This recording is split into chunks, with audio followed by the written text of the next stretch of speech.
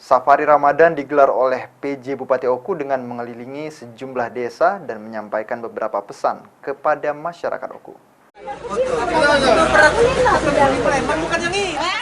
Safari Ramadan ke sejumlah desa Kabupaten Oku dilakukan oleh PJ Bupati, salah satunya ke Masjid Al-Hidayah Desa Batanghari, Kecamatan Semidang Aji.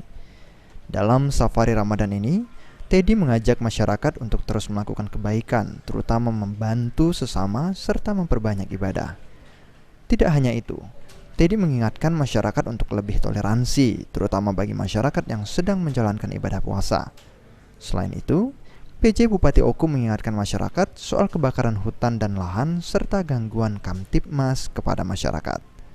Meminta kepada masyarakat juga kita bersama-sama makmurkan masjid ini selama Ramadan ini.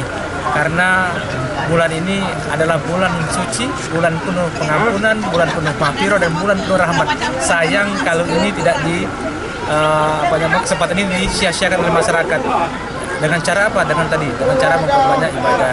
Yang kedua, kami juga tadi menghimbau kepada masyarakat untuk selalu menjaga toleransi dalam sepanjang bulan Ramadan ini.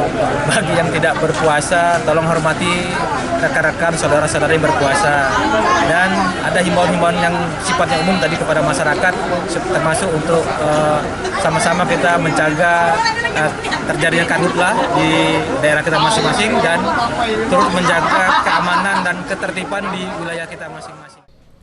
Selain sholat Isya dan tarawih berjamaah, dalam safari Ramadan ini diundang penceramah agama untuk memberikan tausiahnya di setiap safari yang dilakukan Pemkab Oku. Ari Pranika, PAL TV.